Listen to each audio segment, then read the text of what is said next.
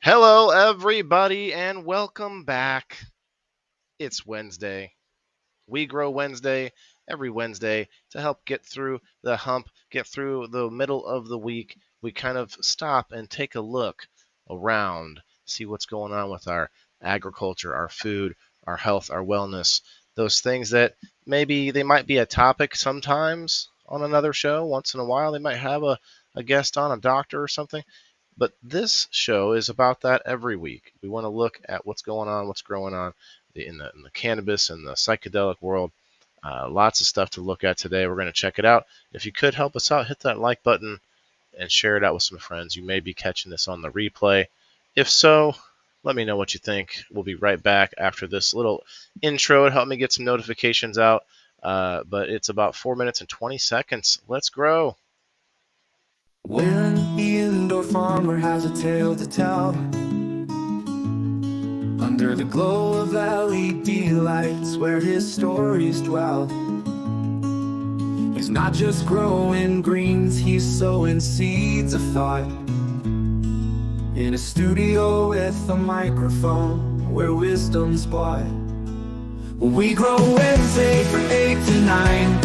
Tune in, folks, for a communal time. With Waylon, we'll learn to grow in life, in love, and in what we sow. He's a man of the soil and a man of the word, a veteran with a vision, his voice undeterred. From cannabis tales to the latest farm tech, his shows where the nerds and the farmers intersect. He lights up the airwaves with truth and care, sharing joys, the highs, and yes, the wear and tear. On We Grow Wednesday, we're all one big team. Growing together is the ultimate dream. We Grow Wednesday from 8 to 9. Tune in, folks, for a communal time. We'll and we'll learn to grow in life, in love, and in what we sow. He's a man of the soil and a man of the word, a veteran with a vision, his voice undeterred. From cannabis tales to the latest farm tech, his shows where the nerds and the farmers intersect. He lights up the airwaves with truth and care, sharing joys, the highs, and yes, the wear and tear. On We Grow Wednesday, we're all one big team. Growing together is the ultimate dream. We Grow Wednesday from 8 to 9. Join Waylon for our journey so fine. Learning, laughing, and sometimes sad, but always together from the good to the bad. He speaks of the benefits, the pros and the cons of the plant that has helped him feel less withdrawn. With guests from all walks, stories to share, Waylon makes sure that no one feels like they're there alone. So come every Wednesday, find your place in his light, where Waylon, the indoor farmer, invites you to grow not just plants, but your soul, your mind, in a world where together we're truly aligned. Tune in, grow with us, let's expand our view on We Grow Wednesday with Waylon. It's true.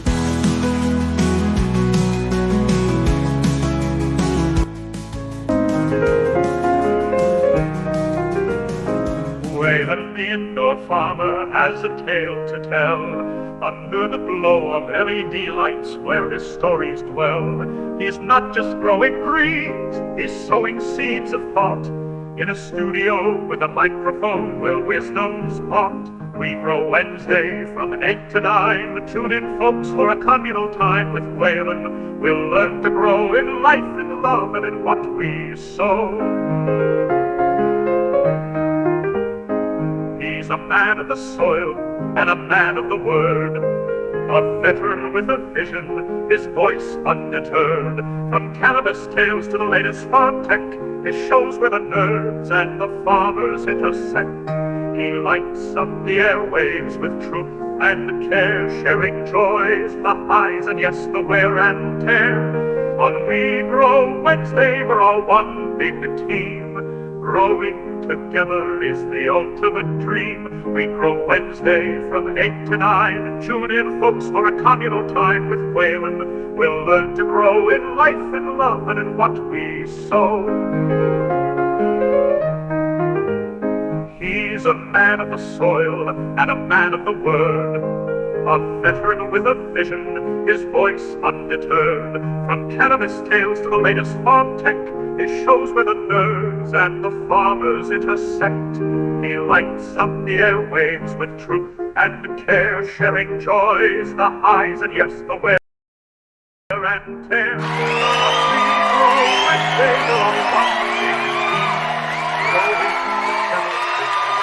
When indoor All right, we're back. Everybody, hello. Hello today. It's Wednesday, October 22nd, 2025. We're getting close to the Halloween season.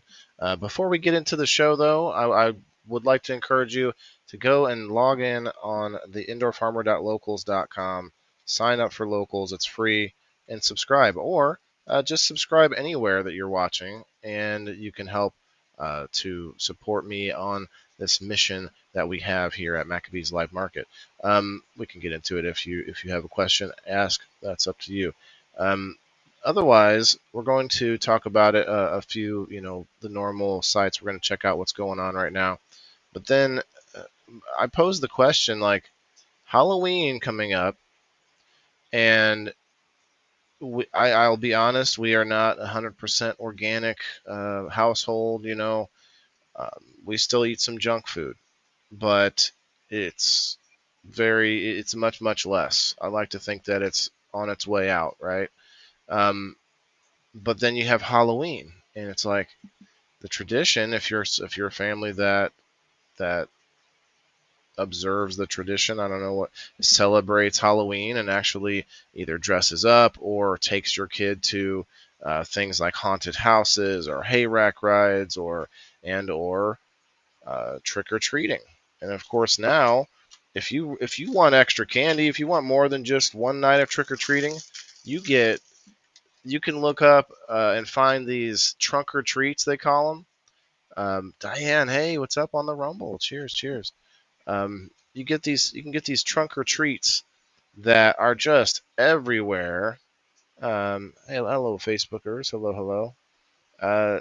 Just everywhere. You could go to probably one every weekend, but there's probably I know for a fact we went to some that were in the middle, like in the middle of the week, in the evening, at nighttime as the sun goes down, which is around 6 o'clock now, so 7 o'clock.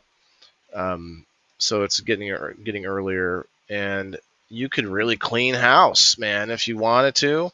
If you wanted to just get your kid so much more candy than you ever had as a kid, and I just want them to have more than I had. You can do that now. Which, yes, okay, you can just go buy candy, but that's not my point here. My point is with the celebration of a holiday, they get more opportunities to wear their costume.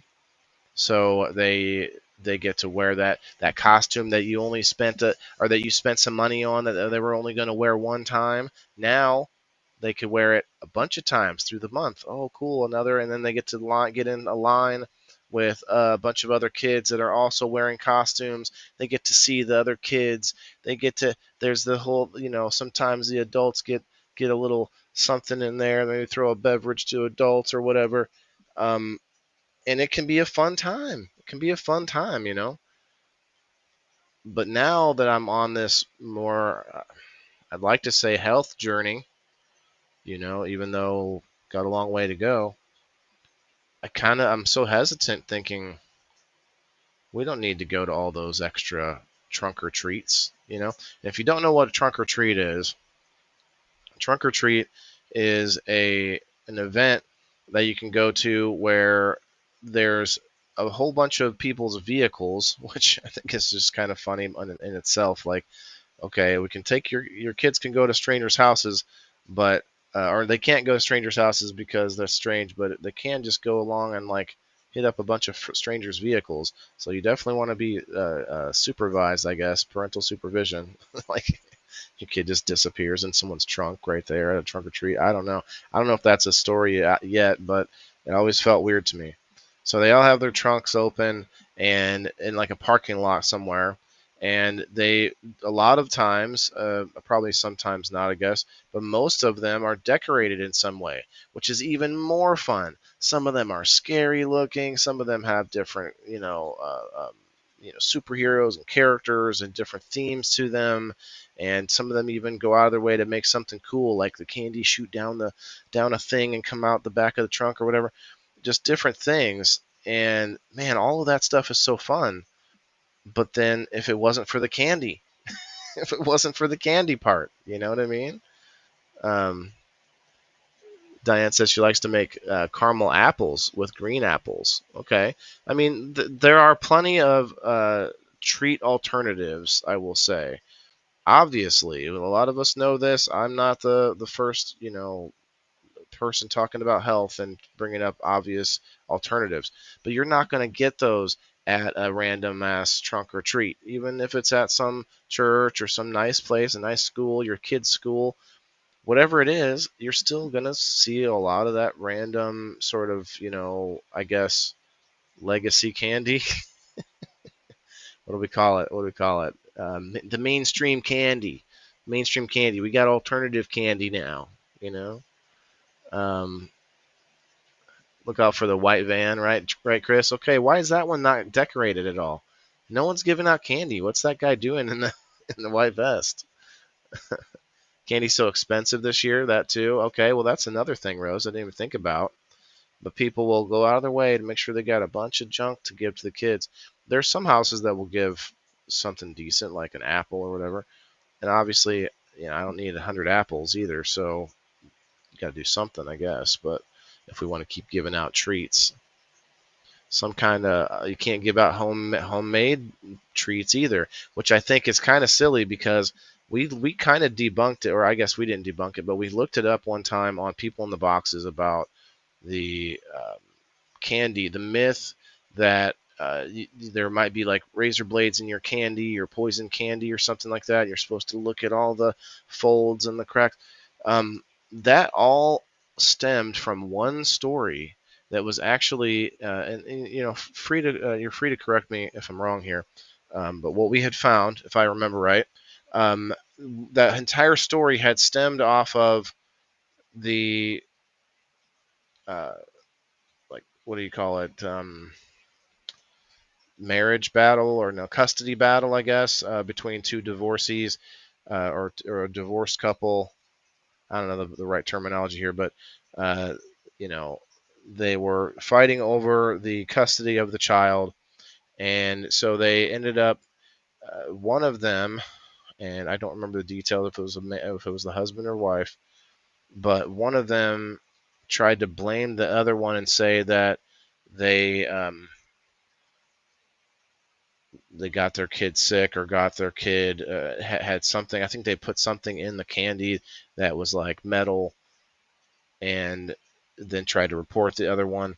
Something to that effect. I should probably look it up, I guess, if we're talking about it. But my hands are a little bit busy right now. My hands are busy with my co-host at the moment. My co-host needs a little bit of extra attention. Yes, co-host, Mr. Sprout. Mr. Sprout. Can I get a hashtag Sprout?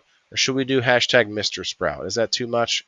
Is hashtag Mr. Sprout too much? Because I think Mr. makes him a little more distinguished.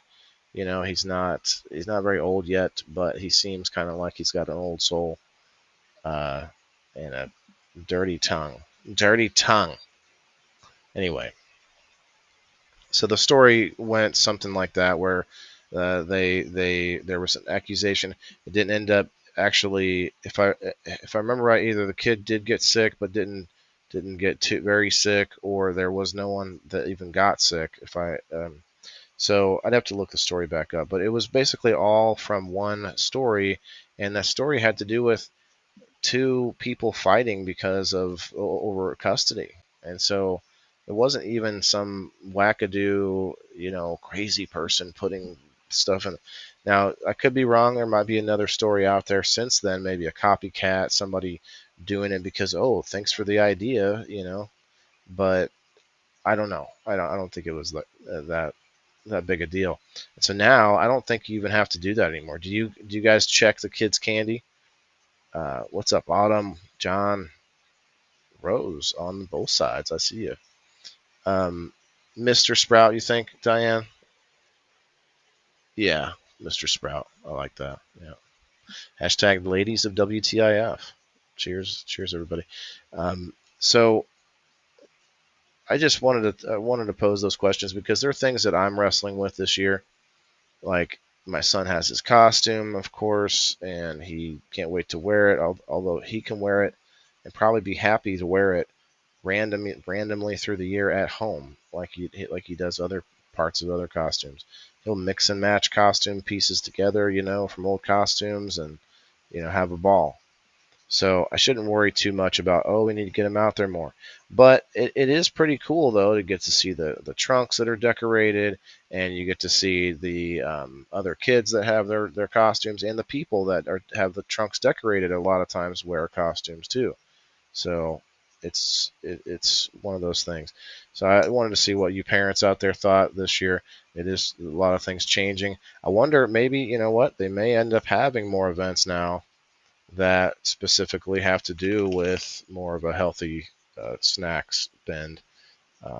Might have to look into that. Although we're getting close, though. It's the 22nd. Got another 10 days, or 9 days. So we're definitely going to still trick or treat. So I thought, the compromise here would be we still trick or treat and we still get that candy, which usually isn't all that much, depending on where you go. But then probably just skip all the other trunk or treats. That's kind of the best compromise I can think of, because it's so annoying, because I'd love to just be like, nope, no more candy, we're never eating sugar again or whatever, but that's just unrealistic, especially when you've grown up on all those things. So it is a struggle, and I do watch and listen to a lot of people over on X that have similar health journeys that are talking about it through audio spaces, and it can be pretty cool to listen to, because people that are now 100%, I hate to say 100% organic, because that's not really the be all end all, because knowing a little bit more about what you're putting in your mouth, whether or not it just has that label that says organic, that's really where it's at. I mean, because if you're buying from a friend or buying or growing it yourself, there's no label that says organic, but you might know that friend. You know him well. He's good at growing whatever, and he only uses the best, whatever organic nutrients or whatever you might want to say. And so you just know through the knowledge of food whether or not, or I mean, rather than just going to the store and looking for that label that just says organic, So I just want people to think about that. Now, let's find out what's going on in the world here. I do have some stories this year from Farm Week Now, this week here, actually. I did also, what, I should pull this up too. I have a, don't forget, Level Up Mycology. I'll pull that up later, I guess, and bug you guys about it. But right now, I shared, just before the show, a little while ago, I shared this story about a worm that eats rock. It eats stone, or at least limestone. It eats reshaping rivers, which is crazy. Let me pull this up here.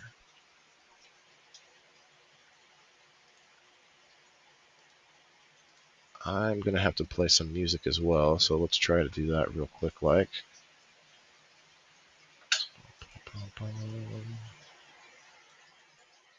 Don't want my microphone to shut off on me. Come on, computer. Computer's getting up there in age. I might have to get some work done on her. All right. Yeah, look at this worm. I don't know. Honestly, it's hard to tell whether things are real anymore. But there is a whole story that they post in the comments. It looks legitimate enough. It's not that outlandish to me, but it looks weird though. Almost looks like it's got a chicken beak or something like that, right?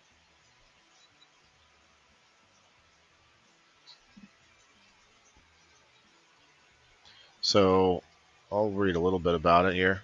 Scientists in the Philippines discovered a creature that breaks one of nature's biggest rules. It eats rock. Buried deep in the Abatan River, this strange mollusk grinds solid limestone into powder using calcium phosphate, or teeth, its teeth, I guess. What happens next is even stranger. The dust is released, or the dust it releases helps fertilize life downstream. Oh, okay. I didn't read that part earlier. From destruction comes creation. Evolution never runs out of ideas. Becomes a fertilizer, or helps fertilize.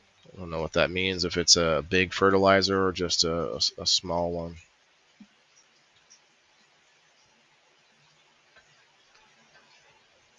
Kill it with fire, Chris says. I mean, it's just eating rock. It's not eating human. It doesn't eat flesh, which is an interesting change.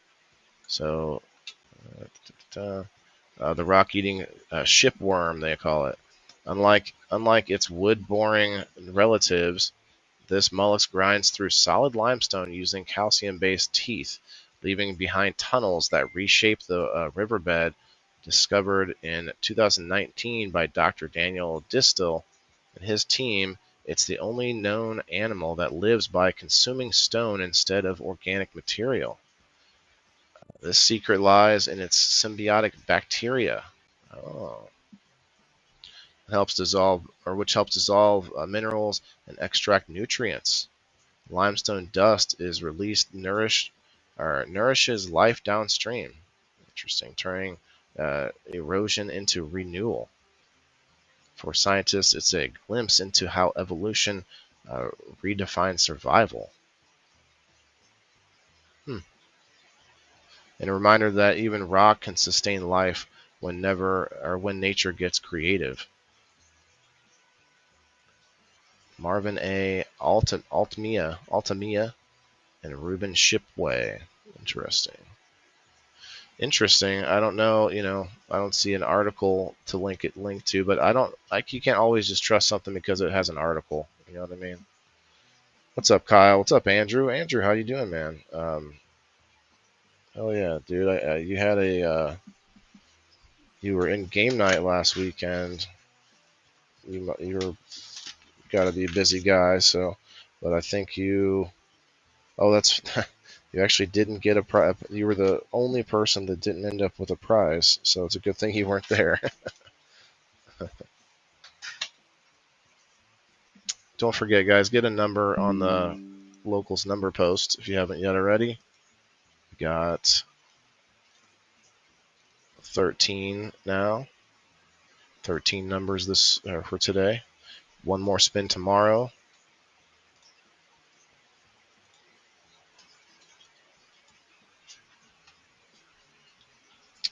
What do we have? 5 and 6 already picked.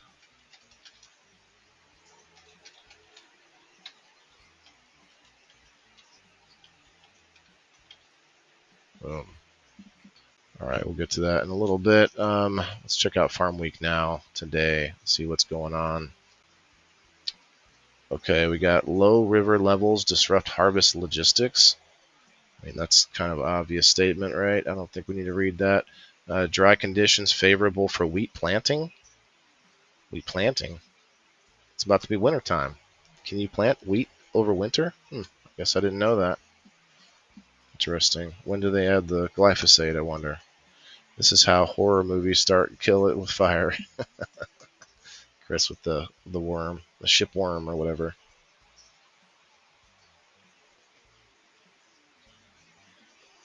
Try to get up to 10 people on the Facebook side, and I'll add you guys to the door prize. Let's see. Colder air and an active finish to October.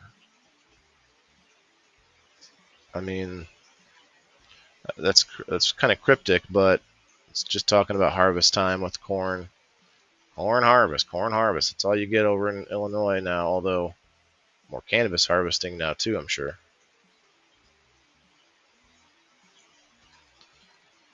Country IFB host feeds a farmer activities around state. Feed a farmer activities. Trying to feed our farmers because they're out there driving around in those trucks and they're so slow trying to go from field to field. Moultrie County farmers harvest through extreme drought. Extreme drought, they're saying.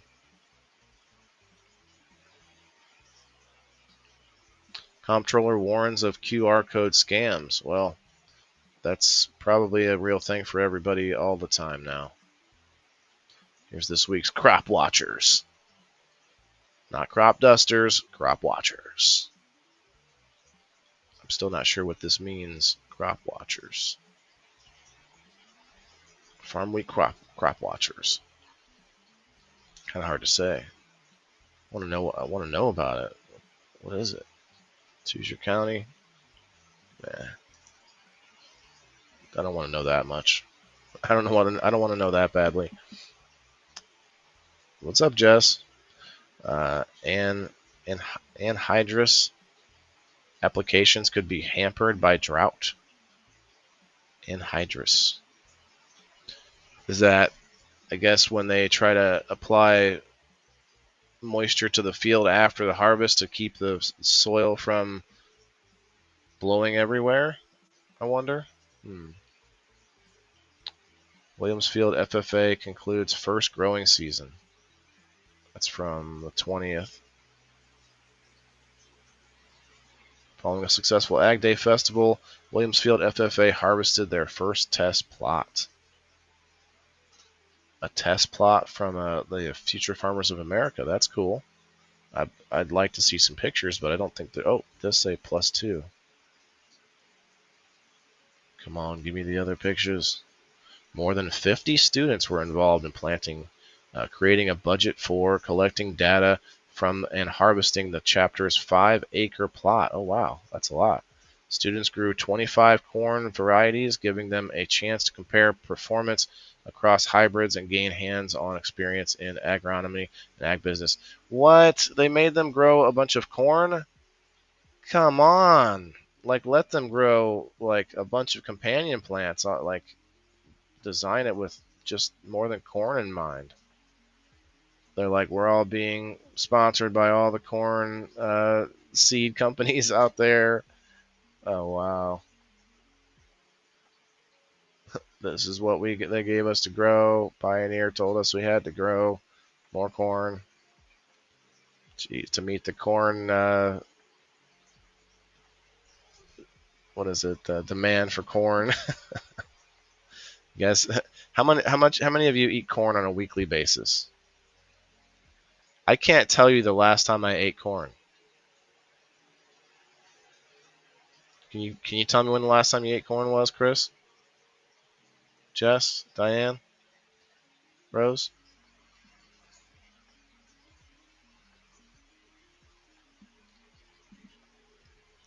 Quote, I think this really helps us as individuals learning how to do budget plans and gaining real life experience, she told Farm Week. Look, I get that, and I'm all for that. That's great. The whole thing sounded great until I found out all they grew was a bunch of different corn varieties from the companies that they were probably sponsored to do it. Students worked together to measure moisture levels, yield, and bushels for each variety. Moisture ranged from 14.7% to 19.5%, and FS varieties showed the best results according to senior Kyla Dubé and Owen Rigg. So, okay, I get the comparison. So they wanted to be able to compare all the different seeds of different corn varieties. So in that sense, cool, great. You got to do a cool comparison. Which one grew better? But can we figure out the best arrangements to grow plants next to each other and create more designs of companion planting? That's just my 2 cents. Once in a while, right? 2 weeks ago, Chris, you love corn, Rose. Look, I'm not saying corn doesn't taste good, but I just don't go out of my way to eat it. So, okay, I lied. I have eaten corn chips. I've eaten chips. I bought some salsa that's really super healthy looking salsa. It's got a bunch of, onions and tomato, and then I bought guacamole, and I could put them together. The salsa wasn't saucy. It was just a bunch of veggies chopped up small, and so I mixed that with the guacamole. And so yeah, I'm eating it with some corn chips. So there is that. I have to leave and come back on the Facebook, see what's going on. Andrew, what's up, man? I see you. EPX Genetics in the house. Alright, I don't think we're going to read all of this, but it is interesting, though. I like that the kids are doing that. Doing something. Doing something, you know?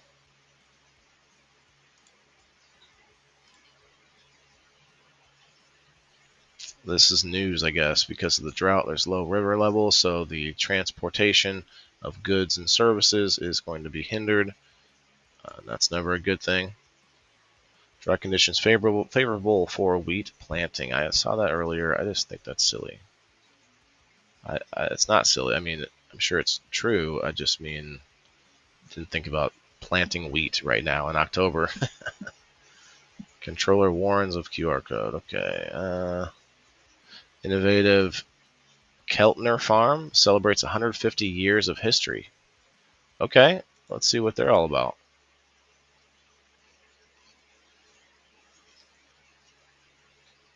Oh, by the way, before we get into this story, actually, I want to find out, does anybody want to see how much bubble hash I got out of yesterday's bubble hash experience? It took me all night and actually till today to actually finally empty out the last bag.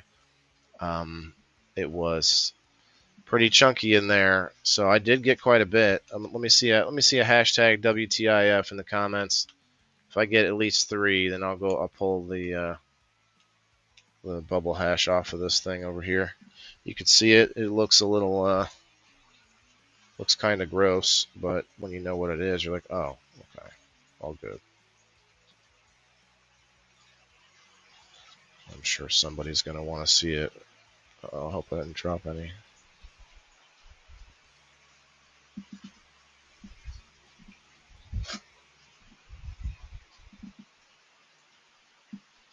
Gonna wanna see it.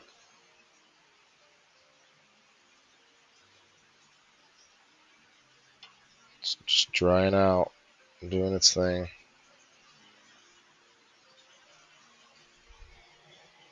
Ah, Diane. Alright, let's just show you Diane. Oh, nobody else can look, though, because you didn't hashtag. So, not bad. Not bad, just from the first run. I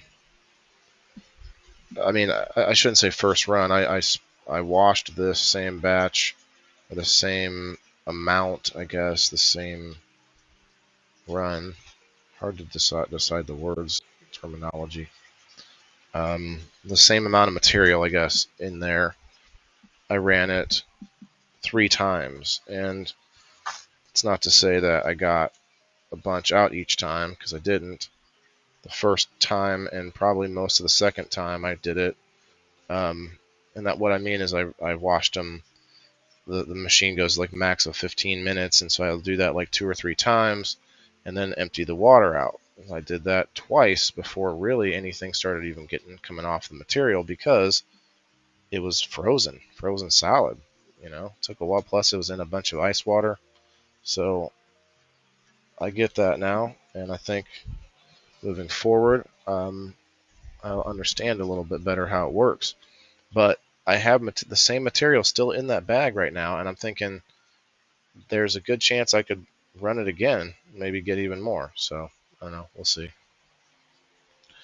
We're in a severe drought. Glad it's raining this week. Yeah, I think we are too. So probably a lot of places. Got apple cider. Nice.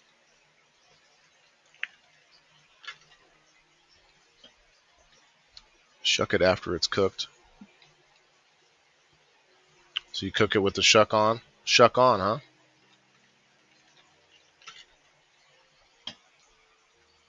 What's up, Joe? Cheers, brother. Brother, come on over to Rumble. If anybody out there has Rumble, come on to Rumble. Okay, so the Keltner Farms. I want to read about this a little bit here. A farm with a connection to Abraham Lincoln became further woven into the history fabric of Stevenson County this year. The Illinois Department of Agriculture, the IDOA, recognized the Keltner family farm as a subsequential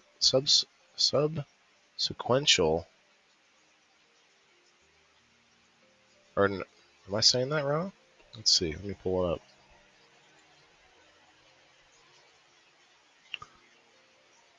A sesquicentennial or sesquicentennial as a sesquicentennial farm at the Illinois State Fair from beginning in the same or being in the same family for over 150 years. Damn. There's a lot of excitement for the family, said Stevenson County Farm Bureau CFB manager Victoria Hansen. Keltner family members are also history makers for their innovation adaptation from oxen to tractors and from milking cows to modern breeding techniques with beef cattle. My great-grandfather was big into new tech. He was the first in the area to have a tractor, corn crib, and a dairy pipeline, said Hayden Keltner, the sixth generation to live on the farm. Sixth generation. Talk about goals. Grandpa Carl Keltner, using the data he collected from his registered brown Swiss herb to improve milk and butterfat yields, created genetics that were sought after by other producers nationwide. Ryan Keltner, Hayden's dad, was one of the first to adopt GPS in the area, and the family was early adopters of beef cattle embryo transfers, whatever that is, advanced genetic tool and system monitor to determine the correct timing for breeding cows. Still, Hayden Keltner is in awe of two Illinois farms, recognized this year as being in the same families for over 200 years. At that time, Native Americans still lived where the Keltner farm is today. Near Pearl City, this is where the Lincoln Connection comes into play. Those are some beauties. Got a lot of fur on them. You don't think of a cow as having a lot of fur, but man, they're furry. What's up, Eddie? How are you today? I guess I can full screen it. Didn't even make it bigger. It made it smaller. That's what she said, right? In the 1830s, during the Black Hawk War, many Squaw warriors were killed in a bloody battle in the area. At first, the dead were buried on the future Keltner lands, but it was decided they should be dug up and reburied in a hillside as a memorial. The Kellogg's Grove Battlefield memorialized the pivotal battle near Pearl City. One of the young men who dug the graves was Abraham Lincoln, 16th U.S. president. Wow. Keltners, whose farm was settled by Jacob Delp in 1874, are among 1,500 sesquicentennial farms recognized by IDOA. 1,500 of them since 2002. Since bicentennial farms started being recognized in 2018, 17 farms have earned this official honor, and the Illinois Heritage Farm Program has celebrated about 10,500 centennial farms since 1972. Interesting. Family has strong Illinois Farm Bureau involvement, through the generations. Haydenson's great-grandfather Perry Keltner was on the Stevenson CFB board for 20 years and president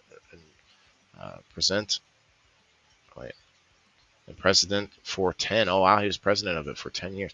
Was District 2 director for 6 years and on the American Farm Bureau Federation Dairy Advisory Committee. Ryan Keltner served on the Stevenson CFB board for 20 years, 6 years as president, and was IFB Young Leader, District 2 State Committee representative. So these guys have been doing this for a long time. I mean, like, that makes me wonder, where's the disconnect? Why is it that if there are, 10,500 centennial family farms, why are we not getting more nutritious food? Why is our food still looked at as so bad? We talk about going to farmers market, talk about learning, meeting a local farmer and getting to know one, maybe have a friend who's a farmer or whatever, have these other connections. But when we look at this, those numbers kind of stagger me, because I thought a lot of family farms were being sold or being shut down and this and that. So are family farms also responsible for the bad food? I guess the bad practices aren't just the big bad companies out there, the big bad, conglomerates, and China buying the farmland and the Bill Gates buying the farmland. It's not just that. It's it's family run farms using the same techniques. A lot of times, I don't see. I mean, yeah, you can get. So okay, I'm not trying to lump them all together. I guess I did, but my point is, a lot of them are probably still using these practices that we're trying to get away from. But there are plenty of places that you can go, like I just mentioned, the farmers markets and such, where you can get, good meat, if we're talking about meat, and good, produce. And so you can still go to the store and get produce, but it just depends on the store. I would say the assumption is, and we could be wrong, that the major grocery store chains, and for in my area, you've got Walmart, you've got Kroger, you've got IGA, you got Schnucks, we got Sam's Club, we've got um, what is it, Costco, and I'm sure there's some more I'm missing. But the assumption is, if you're going to one of those big grocery stores, you're probably not getting the food that's any good. Like, they're assuming everything in there, the meat, the vegetables, everything is just something wrong with it. And you hear a lot of health gurus and a lot of these little snippet videos on Facebook or whatever else that want to tell you, oh, yeah, everything in there, oh, it's all garbage. Well, I guess quite a bit of it in there is, but this goes back to education. It goes back to knowing a little bit about the food that you're going to try to find. Like, if you're wanting something that is completely healthy and 100%, then you can go to companies that you can order things from. You can actually order beef. You can order, I don't know if you can order vegetables. That seems like a weird one, but you can order meat from different meat companies. I've seen that. Anyway, I digress. I'm sure there's reasons. Doing great, Betty. That's awesome. Awesome. Joe says the farm I'm living on half the year was given to the great 4 times father after the Civil War. Wow. He picked up $400 and 120 acres. I hunt now. Oh, wow. 120 acres, man. I'd love to have me 120 acres. The family, let's see, we read this.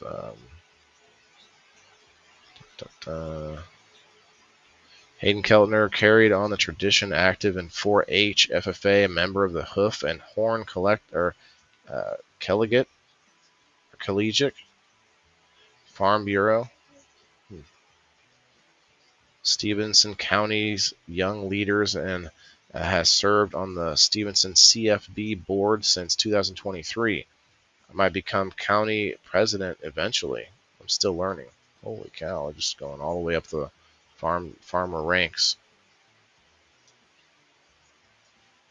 Hayden knows his family history and can recite it without a note or book in sight.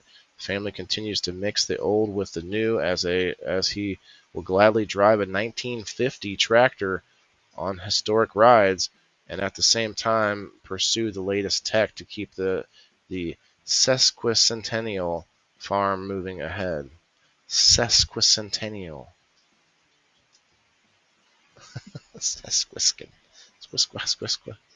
All right, that's pretty cool. That's a awesome story, actually, but they don't talk about their practices other than, like, they did mention a few things, but are they organic? Let's see, details pending in deal, Trump says, will lower beef prices. Well, I don't know about you guys, but I haven't seen anybody complaining about eggs, at least not lately. Egg prices here went way down. They're basically normal as far as I can see. I don't know. I haven't really paid attention, honestly, and it's a luxury to say that. A lot of people are probably noticing it much more, penny to penny. Um, so yeah, interesting. Pending deal. Rollins, so many unknowns around farmer assistance. Trump administration continues to analyze impact on trade disputes on farmers' bottom lines. I heard they were talking about possibly walking back the tariffs on China. Who knows? In my opinion, at least they tried something. China is a formidable adversary, that's for sure. Environmental education, policy, opinion, young ag from the counties. Let's see what education is all about here. Ooh, 5th graders to the farm. Good. Bring them out. Let them see what's up. This is how your food gets made, kids. All right, let's go on here. Let's see. We got about 10 minutes before we do the number spin. Don't forget to get yourself a number over on the indoorfarmer.locals.com. Eric Prestonbach. What's up, Eric? Wow. Good to see you. This common cocktail ingredient is actually the key to better coffee. How I fell in love with food again after cancer. Oh, that seems like a heart-wrenching story. Probably a good one, too, for anyone that's recovering. This is the world's #1 burger, according to the news report, or this new report. The world's #1 burger. We might need to check this one out. They didn't say fast food. Here's a picture. I mean, I always thought it was weird how big burgers are. It's like you got to smash the damn thing in order to eat it. So I guess that's part of the fun. It doesn't look bad. I'm not going to say it looks bad. The burger itself looks delicious. Let's see. Key points. New international ranking reveals the world's top burgers, highlighting restaurants where dry-aged beef and expert sourcing define the standards. A contest organized by London-based Uppercut Concepts evaluates everything from meat quality, ingredients, to sourcing to the overall dining experience. 6 standout U.S. restaurants made the coveted top 25 list, including buzzy new spots and timeless favorites. Buzzy new spots. Okay, well, I want to find out. World's 25 best burgers. Okay, here we go. This is intense, you guys. Let's go to number 25 first. Can I click on them? I can't just click on them. Well, number 25 says from Herd, London. Number 24 is Amboy, Los Angeles. Wow, that thing is intense looking. You've got number 23 is Fort Charles, New York. Fort Charles, New York. You ever heard of that one, Rose? Fort Charles? Dry-aged beef is expensive. Yeah, for sure. Number 22, you got Reburger, Florence. Reburger, Florence. Number 21, Red Hook Tavern, New York. 2 from New York so far, Rose. Chris says the world is full of idiots. Don't listen to them. Okay. Moo chop chop. Okay. Rose says my grocery store has great produce and meats. They have a huge huge greenhouse, and the meats are locally sourced. That's amazing. That sounds good. Chris says if I had 120 acres, I could have my llama farm. Nice. Don't know where it is. Okay, so there's two here, Rose. Which one have you heard of? The Four Charles or the Red Hook Tavern? See, number 20, Salt Shed. Salt Shed in Brighton. Not sure where that is. That looks pretty good, though. It looks very messy. Sauce everywhere, just cheese everywhere. Like, I don't know. Maybe you call me what you will, but I don't love the food being that kind of messy. If it's got a bun, I should be able to hold it by that damn bun and not have a mess. I don't know. I've eaten plenty of messy food, but some of it falls apart more than others. If at least it's not falling apart, but messy, okay, that's at least a step in the right direction. Joe Orzel says one of my cousins had a 5K head pig, 5,000 head pig farm. Oh wow. And he got married and she made him get rid of everything. He had the largest pig farm in Wisconsin at one point. Now he has nothing but a nagging wife. Burger pie, Joe? I didn't see that. Number 19, The Loyalist in Chicago. Never heard of it. The Loyalist. Number 18, let's say one wood fire in Dubai. Or I can't tell if this is 11 wood fire. 11 wood fire, Dubai. Ooh, that's in Dubai. You can get just a stack of burger meat. Just get the stack. Can I get the get the stack? Give me the four piece stack. Carnivore diet. I'm telling you, that looks so good. Number 17, Gooey's Burger. Gooey's from Ashaya. It does look pretty good. Number 16, All or Nothing Burger in Alicante. Number 15, at a place called Now On in New York. Another one from New York, Rose. That's 3 from New York. I thought New York was the pizza spot, but it's got 3 burger places. Now On. Well, they're just like restaurants. They're not necessarily burger places. Number 14, Shard in Melbourne, Australia. Shard. Number 13, Sip and Guzzle in New York. Another one from New York. That makes 4. Sip and Guzzle, Rose. I need to know if you know where any of these are. Number 12, the Gidley. The Gidley in Sydney. Another one in Australia. Number 11, in a place called Dove in London. In London. Oh, my cousin has hogs. That sounds personal, Chris.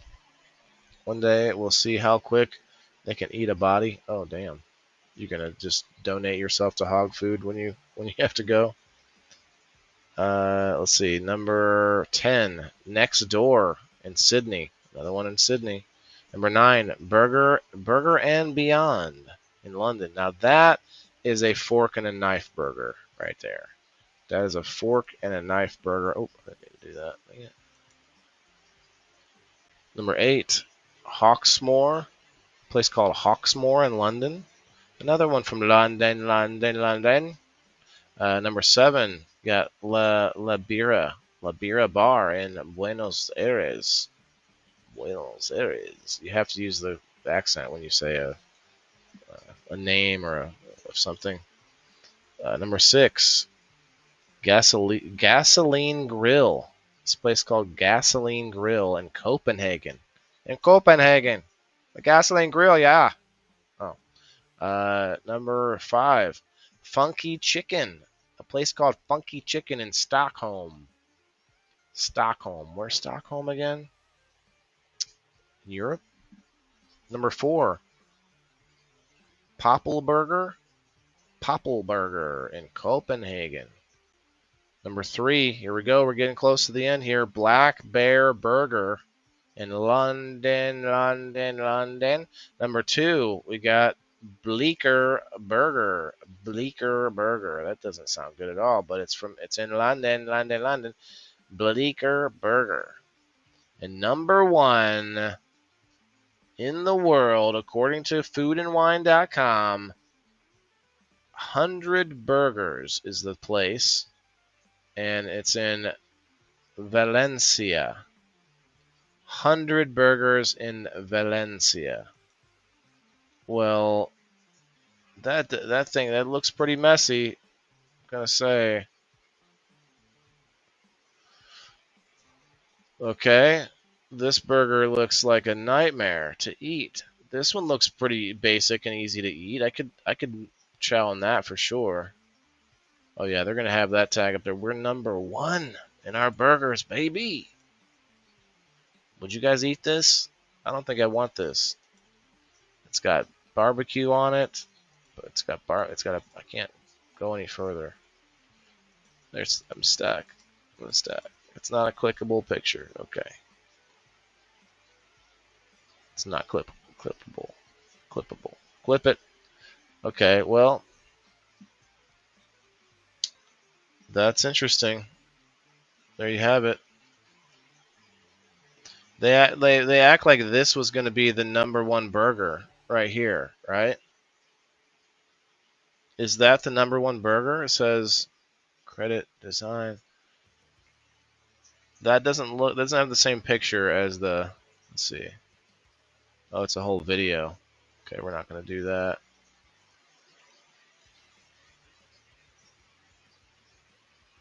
Uppercut Concepts. That's an interesting name, eh? World's 101 Best Steak Restaurants. Ooh. Bleecker Burger. 6 frozen burgers. These are worth grilling. Interesting.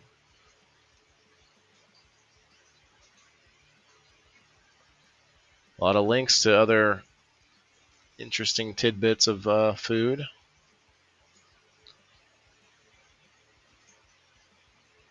The Loyalist, found in Chicago's West Loop. Kind of reminds me of, Bar Rescue, Could be that narrator guy.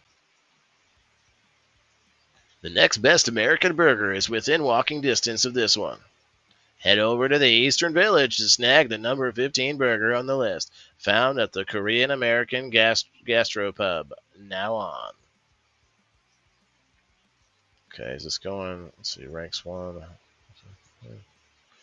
Burger and cheeseburger are built using house-made brioche buns. $15 and $14. What? Let's just go here. This is it. Is this the one? The world's best burger is not in English, but this must be it. This must be the one. The world's best burger right there. It's a double. It's got bacon. It's got 2 layers of bacon between each layer of burger patty. The cheese is insane. A little bit intense on the cheese there, fellas. The brioche bun, that's looking pretty good, though. That's on point, I'll say. That one's looking good. Let's go to news. Food news, grocery store news. Here we go. How to earn real cash back on groceries with this clever app. Hey, Autumn, how are you? Right back delivery, dropping a pallet. Okay. I should try the cowboy burgers at Mr. Pibbs in Leroy. Tim Tucker from one of the groups is the chef. Okay. Man, they probably didn't. They probably tried all the biggest named restaurants or something. I don't know how they could boil that one down. Walmart is bringing the grocery aisle to ChatGPT. It might change how we shop for food. You know what? If they could maybe just get it right. My poor mother, she orders groceries from different places. I also go and get her things, but she started using the Walmart app, and of course they get things wrong all the time. They get things wrong. You order food, and so it might be first world problems for those of us who can get up and just go to the store when we need to, but I don't know how ChatGPT is gonna. I don't know. We'll see. Might throw a wrench in the mix. I host all the time, and these Sam's Club finds save me every holiday. They're not going to have anything spicy on here, are they? 6 condiments professional chefs always buy at Costco. 5 grocery store chains with the best bakery department. Oh, intriguing. Intrigued. What do you guys think? You think your grocery store is on the list? Rose says they don't even seem vicious. Stockholm is in Sweden. Thanks, Chris. They don't even seem vicious. The five grocery store chains with the best bakery departments. Okay, let's see. Costco. Okay. It's a little snippet of Costco's bakery. They've got a lot of baked goods there, but you got to buy like pretty big portions. A lot of times the pies are enormous. I see the same. Oh, that's looking nice. Dinner rolls. All right, let's keep looking here. Acme Markets. Acme Markets. I don't think I've ever heard of that one. I'm pretty good at them. Pretty good. We're surfing around like we do on Wednesdays and check out what's growing on in the world. I'm about to do our number spin though. If you guys haven't done so, get your number. Sam's Club. I haven't been to Sam's Club deli, but I do have a Costco card. See, then we got Whole Foods. I've heard of Whole Foods. I've never been to Whole Foods. Whole Foods has a delicious bakery. Ah, you got it before I found it, Rose. Nice guess, or at least not guess, but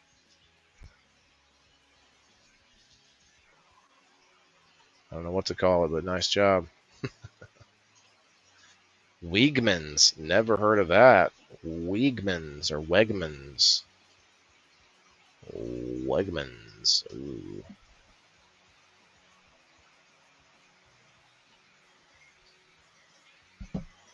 Now show them to me in the order of cheapest to most expensive.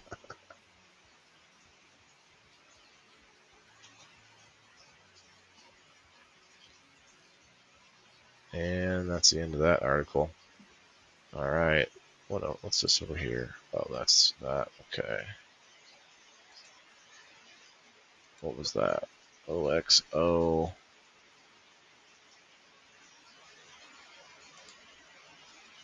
Oh, yeah, there's X. Dr. Sean Baker. He's always a good one to check out. Oh, let's check out the numbers real quick. For my subscribers, if you want to subscribe to me on any other platform, feel free to support. I do not do any sort of special giveaways or anything or games anywhere but locals. So feel free to subscribe on Rumble, subscribe on Facebook, subscribe on Kick. I don't care. Subscribe anywhere you can to help me out. But if you want chances to win things and get in on the game night, you have to go to locals.com. And that's what we're looking at here, and that's why I do this number spin. It's a 4 chances per week to win without anyone having to be here to win. And I think that's pretty damn nice, but you know what? Doesn't always mean that you'll get people that want it, because a lot of people will just subscribe. Other people will subscribe and not know why they subscribed and forget about it and unsubscribe without ever getting involved and getting some goodies. So let's go to the number post or number spin. Autumn, we need to get you over here. You can actually make extra money by joining, winning awesome prizes, trade them to friends, trade up things. You can make something out of it. You notice Aldi is up? Aldi's up. What do you mean up, Rose? All right, good luck. Number spinners. Cheers, everybody.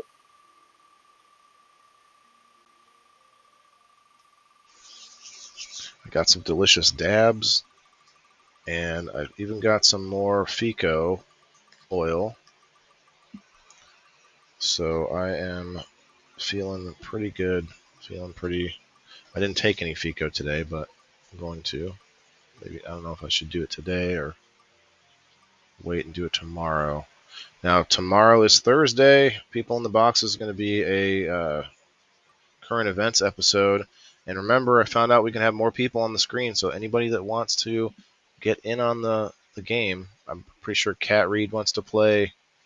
And, Chris, you're welcome to play. Anybody that wants to play, Jess, it's going to be a good one. I tried signing up, but for some reason my email is being stupid.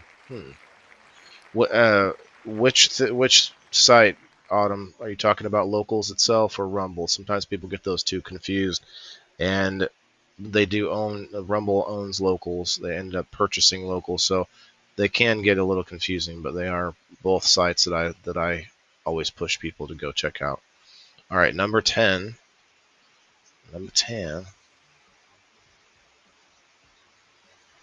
10 is who? There's going to be one more spin tomorrow. So maybe we can get you in there, Autumn. You just have to, sometimes the email is a little bit more difficult to get authorized, or not authorized, but verified, I think would be the right way to say it. Alice Martin. Alice is cleaning house this week. She's already won a door prize and a number wheel. Now you're up to 4. I didn't see Alice in here today. Let's see.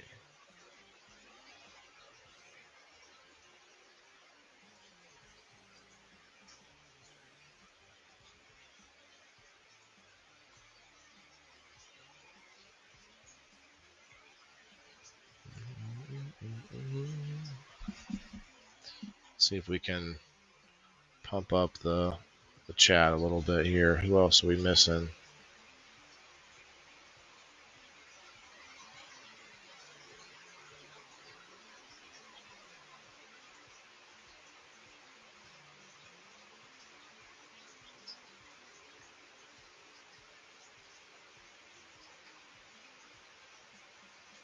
Can you guys hear any music? Because I have it playing, but it might be a little bit too low for you. Let me show you something real quick before we go to the marijuanamoment.net. Check out these seeds that I got from Miss Elisa May.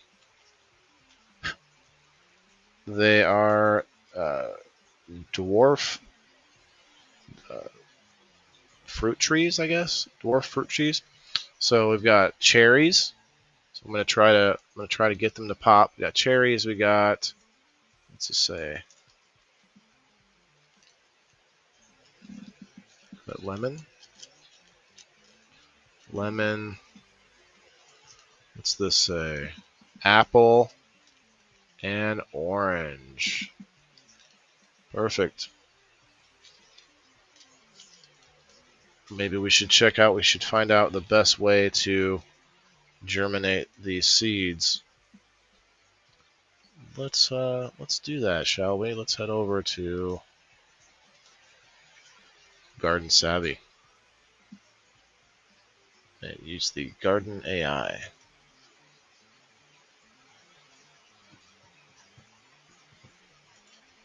Let's see some likes and tags and shares. Let's get some people up in here. If you are on Rumble and you want to help me out, hit that reshare button. It's kind of a cool little feature you can do with inside Rumble. All right. Hey, Kat, what's going on?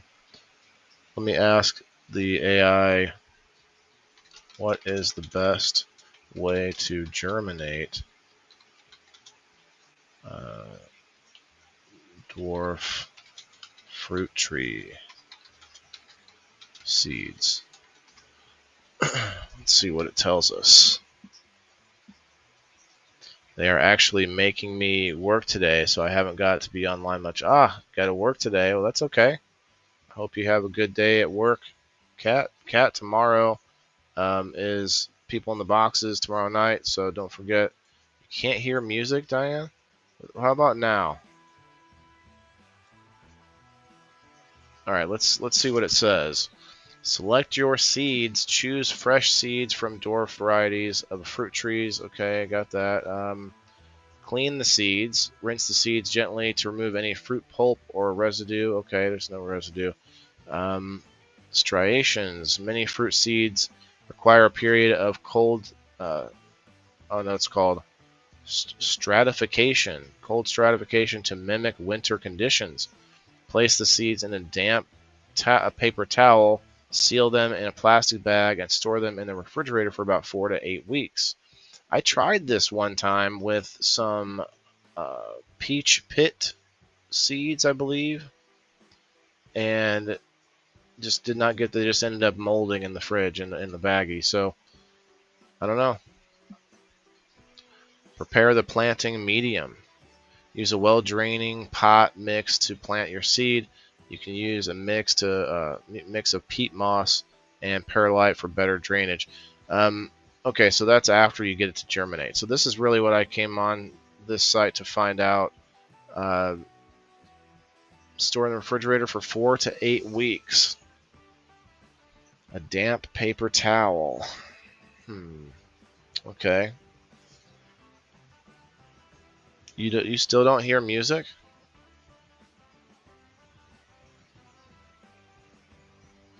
Let me try it again.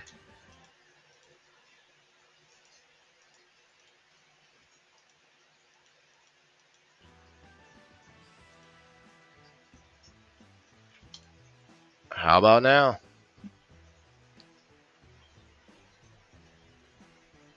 How about now?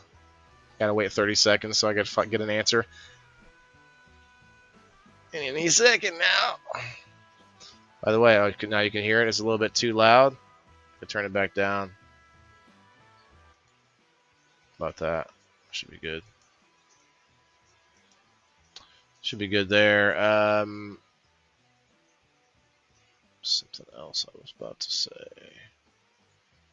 Oh, I lost my train of thought.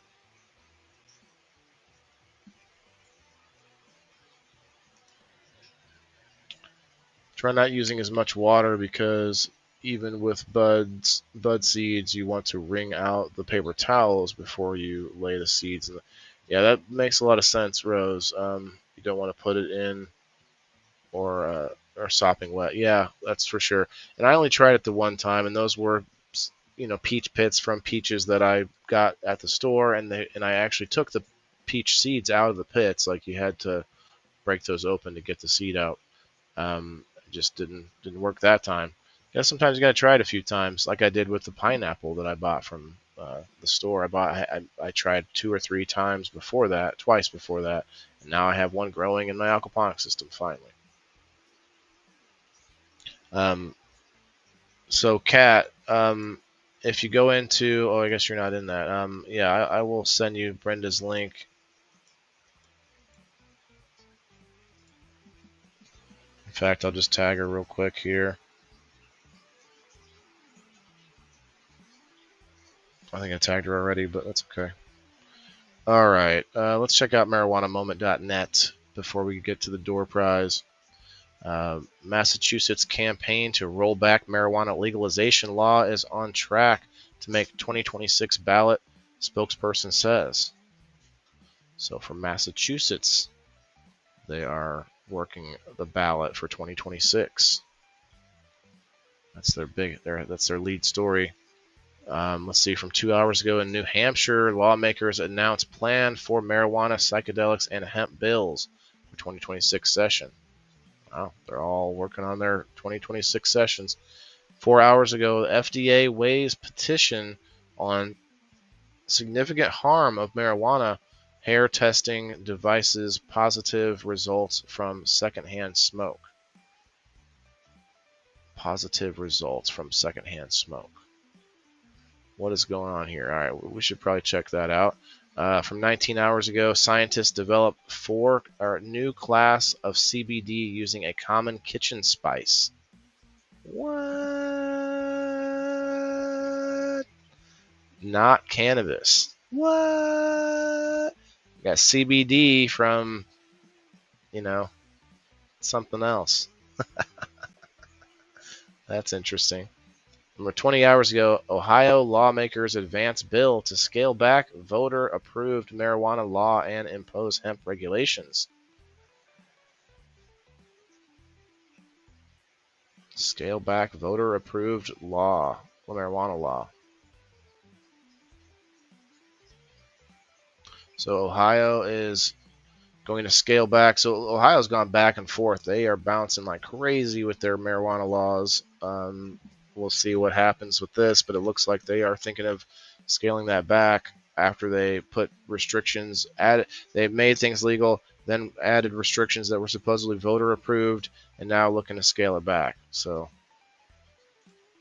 let's go check this out here. FDA weighs petition on significant harm of marijuana hair testing devices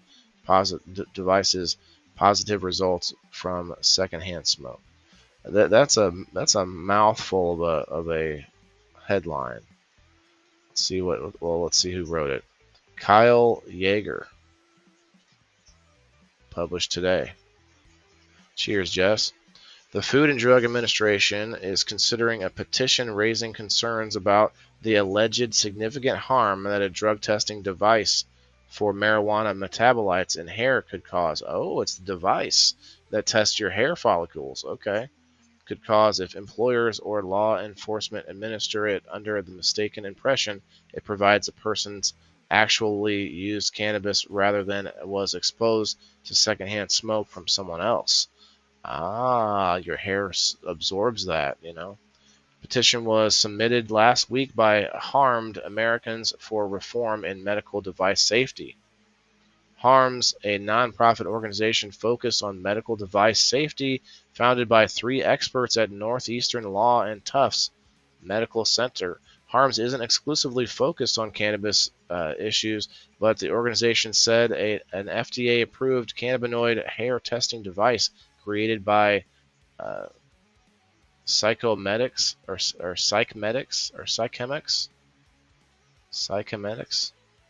Corporation. Psychomedics, interesting name, raised serious concerns that the agency should address. Our petition requests that the FDA require clearer labeling to specify that the device can be used to detect only the presence of cannabinoid metabolites in hair and cannot be used for identifying marijuana use. As the label implies, HARMS human Nurkazm said HARMS human Nurkazm. That's the person's name. Human Nurkazm said in a press release if firms use this 510K device for the express purpose of identifying marijuana use, they are not using the device properly.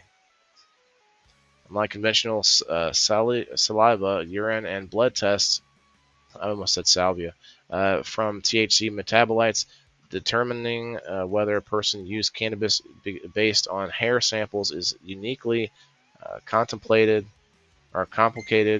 based on secondhand smoke exposure could be enough to lead to positive results. HARMS is advising FDA to exercise its authority to revise the device's labeling requirements to clarify this point. Okay. I don't think we need to read any further because that makes sense. Yeah, the hair is unreliable anyway. Positive test result on that machine could reflect you just going to a festival and being around people that smoke. A citizen's petition they filed to the FDA. A citizen's petition. There's Professor Human Nurkazm.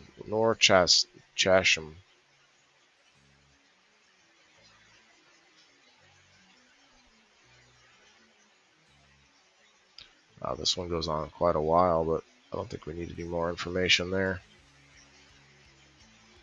They're petitioning to keep that from being used as a drug testing tool.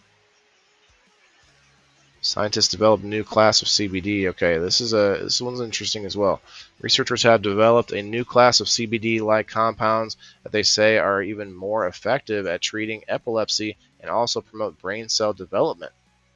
But rather than extracting them from the cannabis plant, scientists conducting the federally funded study used a common household kitchen spice, caraway seeds. Caraway seeds. Anybody know about those? Hey Kyle, hey Jess. They don't even test half the devices they use, which is a huge problem. Yeah, that's a big one. Chris says, I tell you what's going on, Wayland. Tobacco companies, alcohol companies are scared, and so are the people that accepted their money to pass the laws that are there now. Yeah, probably. I can see that. Peppercorn, Jess says. This says caraway seeds. That's what peppercorn is? University of Nevada, well, I'm asking, I guess, since Jess said peppercorn. University of Nevada's Las Vegas psychology students and faculty took the non-cannabis spice, which is commonly incorporated into breads, stews, cheese, and more, and genetically manipulated it to create compounds that closely resemble the molecule structure of non-intoxicating CBD. This is sus. They had to genetically modify something. There we go, more GMO. And then they say it closely resembles. So how can they call it CBD? If it closely resembles it, call it CBR. I don't know. While a scientific feat on its own, the researchers are especially enthused about the results of preclinical trials using the caraway CBD. They're calling it CBD, that appear to show those compounds pack a greater punch in stopping seizures than natural cannabinol found in the cannabis plant itself, with similarly low risk of adverse health events. These fully synthetic compounds made from a safe plant extract and free of THC not only prevented seizures and reduced seizure-related deaths, but also promoted healthier brain cell development without the sedative side effects of current treatments. Dustin Hines, study co-author and professor of neuroscience at UNLV Vegas, said in a press release, childhood seizure disorders are often resistant to available drugs, and both the seizures and the current frontline therapies can severely affect brain development, cognition, and quality of life, making the discovery especially promising, he said. The study, published in the journal Neuropsychopharmacology late last month, found the synthesized CBD from the seeds of caraway, which is also known as meridian fennel, significantly reduce seizure-related mortality in both CF5B16 adults and the developmental epilepsy mouse model, supporting its potential for further preclinical and clinical development. They're fast-tracking that one, aren't they? Look, we have an alternative to the THC. The result was supported with National Institutes of Health NIH grants through the NIH component agencies and the National Institute of General Medical Science and the National Institute of Neurological Disorders and Stroke. So, Rose, I mean, you like your CBD, this could be a better type coming soon. The authors stress that this is just the beginning of their research into the medical potential of these novel compounds, which they hope will lead to the development of new therapeutics for epilepsy. Currently, there is one Food and Drug Administration FDA-approved CBD prescription drug, Epidiolex, that's derived from cannabis. Epidiolex. Get your Epidiolex today, and don't forget there are many side effects. I don't know, I'm kidding. Advancing this new class of therapeutics holds significant promise for patients who have exhausted existing treatment options, whether due to debilitating side effects or lack of response to currently available therapies. Uh, Adriana Corrillo, a UNLV student who participated in the study, said, "It is encouraging to help build the foundation for future treatment options that could one day offer families safer and more effective choices by genetically modifying things." She also offered a world of advice for the curious. Caraway seed on their own do not contain CBD, so don't expect to derive the benefits simply by loading up on the spice, because the seeds just contain the scaffold to create it. The scaffold, little genetic scaffolding to create this another line that's like CBMRXT, but they're gonna call it CBD. Oh man. It doesn't sound good, you guys. It doesn't sound good. It sounds good and not good at the same time. It's just, oh wow. What do you guys think? Comment below. Tell me if you would try it. If you had epilepsy, would you give it a try? Maybe you would if you couldn't get regular CBD, real CBD. Elisa May with the space in the hashtag. Nice. Have a good day, Elisa. Charlotte's Web has been used for a while now. Yeah, the CBD. Right. That's one of the biggest CBD producing plants. But I think some of the issue that some people have is that you still get a little bit of THC a lot of times. Maybe I'm wrong, but pretty sure that they're still. That's why they have the limit on all CBD or hemp products to have like 0.3 or is it 0.03% of THC. So I'll just try the weed that I know works. You have a DAP office. I'm not sure what that is.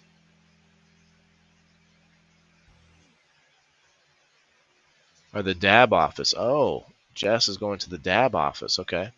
Had to jump over here. Well, hell yeah, Cat. That's where it's at. That's where it's at. On Rumble. Just your living room. Nice. I think Jess was saying that. I kind of want to do a dab with you guys. I haven't done a dab in a while on screen. Can we get? Let's see. Can we get? First of all, can we get to 10 on the Facebook? Secondly, can I get 3 hashtag WTIFs right now? And I'll get things loaded up here. Maybe some smoke emojis. Let's see some hearts. I don't know. Some W's. Some dancing frogs. I don't care. Let's see it. Thanks, Betty. My bad. Elisa, are you playing tomorrow in People in the Boxes? Current events episode tomorrow. I wonder if you're going to play. All right, let's pull up the wheel for today. Get it started.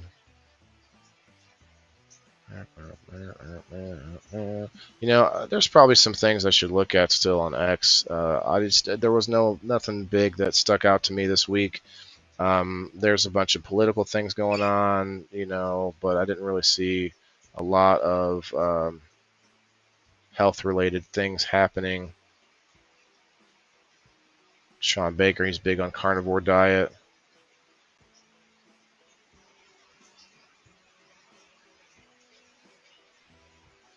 Talking about making us healthier.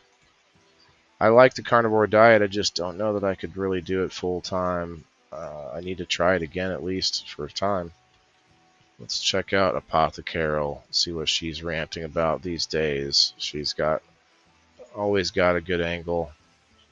Totalitarianism cannot stand in the face of truth. Never back down. The new totalitarianism isn't hidden. It's being implemented in plain sight. Who's this? From Camus?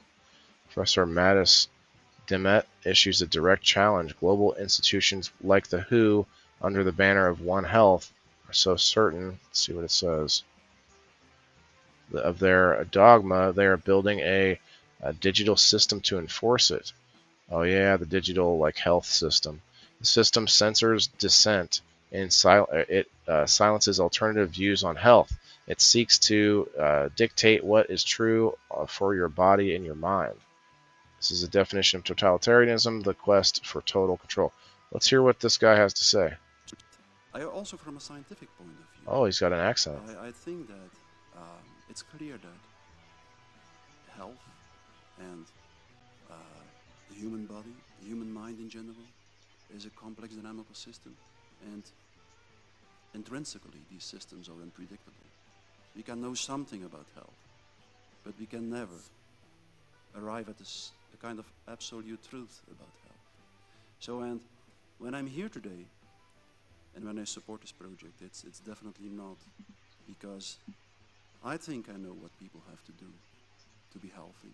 I think I know something about it, but definitely not enough to have this illusion that I could impose my knowledge to other people.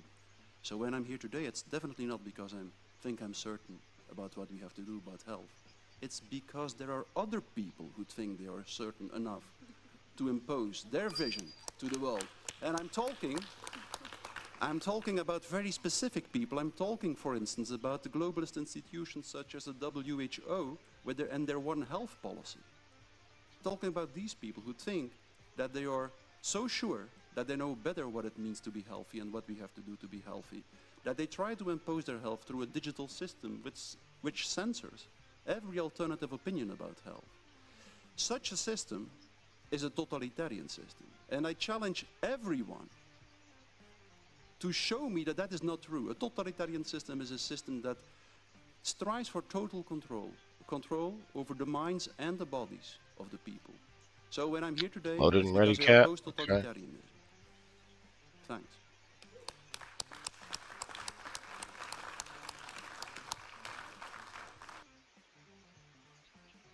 That makes a lot of sense. Sit down.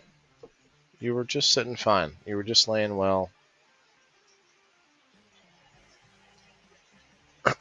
I have them now, Rose. I can send you a picture of one after the show today.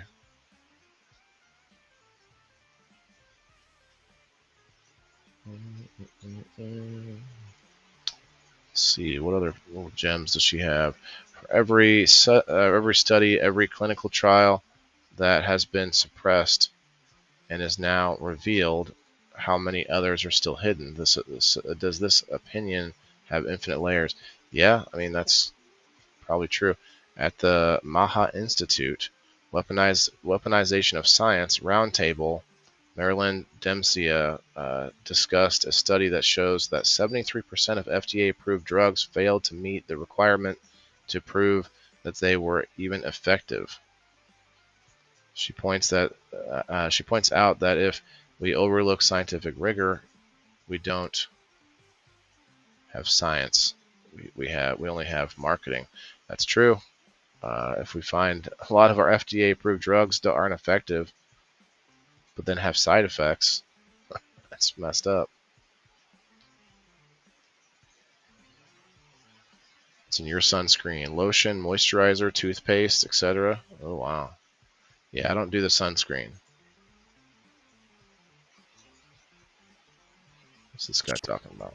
Let's talk about it. Titanium dioxide. What is titanium dioxide?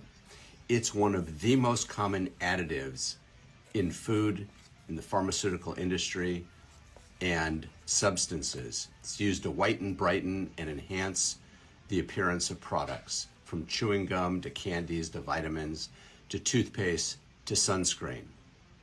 Caution, here's what you should know. It's classified as a possible human carcinogen. 2, titanium dioxide nanoparticles. Yep, it's often used in very, very fine powder nanoparticles, less than 100 nanometers. It potentially can cross the blood-brain barrier. Number 3, it can disrupt the gut microbiome. Number 4, it promotes intestinal inflammation and even leaky gut. Number 5, potentially genotoxic. What do I mean? There are in vitro and in vivo studies that show it can actually damage the DNA. Number 6, it can accumulate in our organs. It's very difficult for our body to detoxify and eliminate titanium dioxide, so you should use great caution. Number 7, titanium dioxide is actually banned as a food additive in Europe. Number 8, it may impair immune function. It can overstimulate Cheers, everybody. an immune response. Not good. Number 9, it often is hidden in quote-unquote healthy products. You need to read the labels, especially the labels that say other ingredients, such as multivitamins, protein powders, chewable tablets, chewing gum, probiotics, toothpaste, sunscreens, and even some products listed as organic. It is often listed as simply color additive or the letters and numbers E171. Always read the labels. Number 10, much safer alternatives exist, such as using rice powder, beetroot extract, calcium carbonate. For sunscreen, use non-nano zinc oxide. This is a much safer option than titanium dioxide. I hope this is helpful. Let me know your thoughts. Your comments are always appreciated.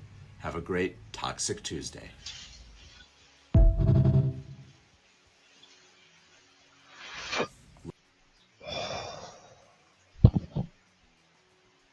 Interesting. Yeah, we've got so many things to look out for our own blood-brain barriers these days.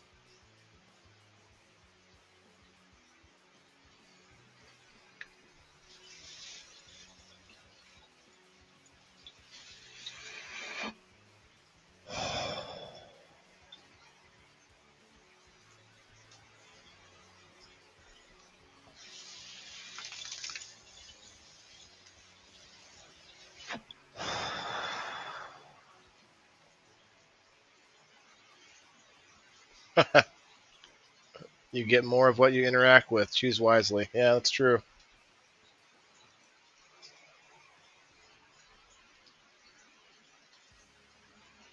Ten essential oil blends to help you through too much sugar, not enough sunshine season. Okay.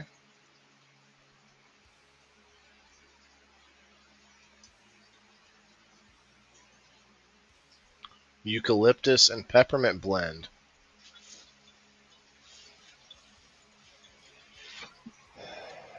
Eucalyptus and peppermint are good stuff there. Yeah. 3 drops eucalyptus, 2 drops peppermint, 1 drop tea tree oil. Number 2, tea tree oil and lemon blend. Got all the ingredients here. Go follow Apothecaro on X if you want to see all this. Get the information. She's a great resource and a great Spaces host. She does an awesome space every Sunday. Taught me a lot about autism recently. We had a great space. Found out a lot about no, I can't even remember the damn word.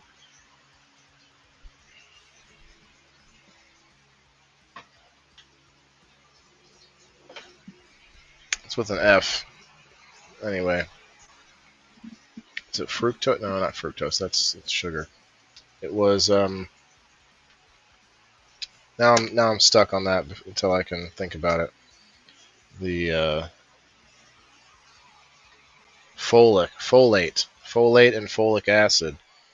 Learned a lot about those two things having to do with autism and why so many groups of autism awareness folks have a different thing that they're after, a different boogeyman, whether it's vaccines or dyes or chemicals or Tylenol or whatever.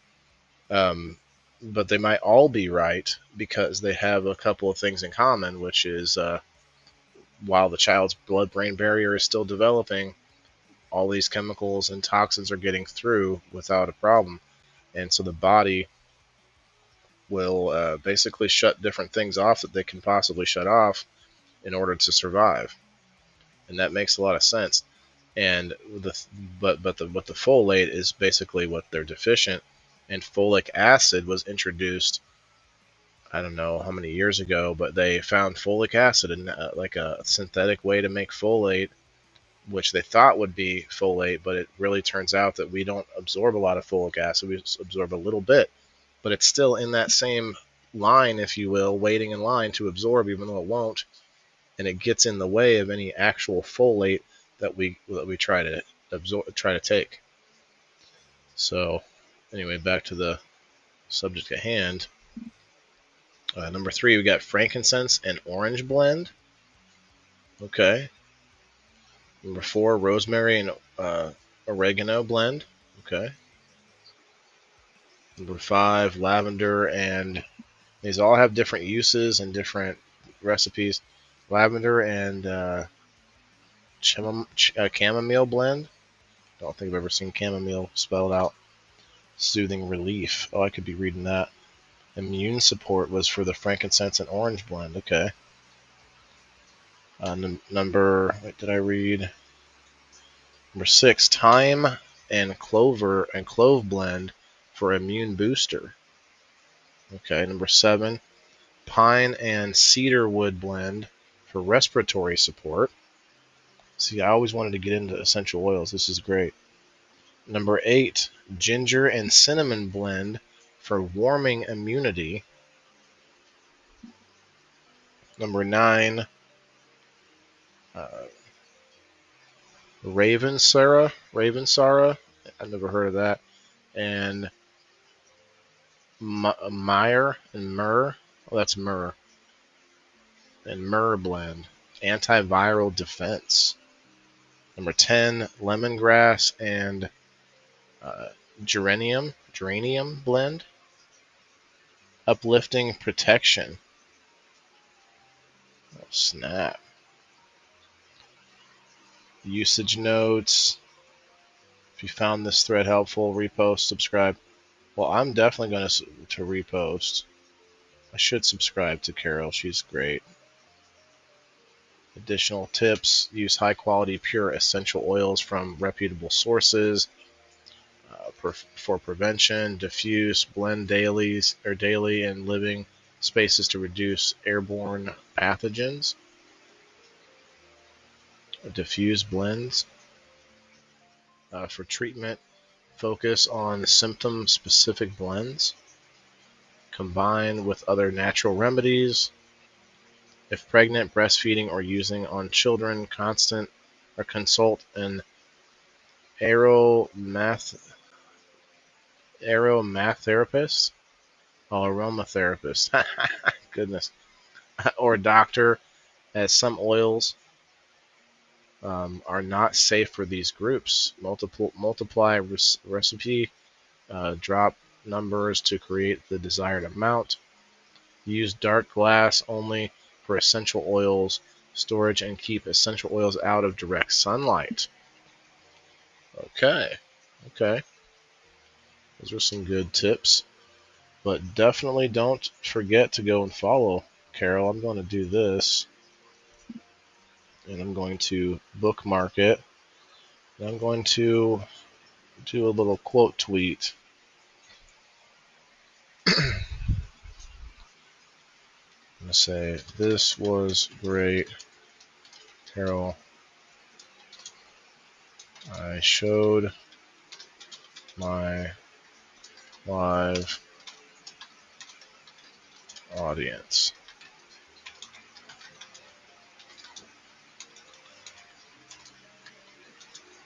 Thank you. I should be able to get her on the show now because I changed my times. She couldn't do the late night, but she'll like that. And yeah, go follow her for sure.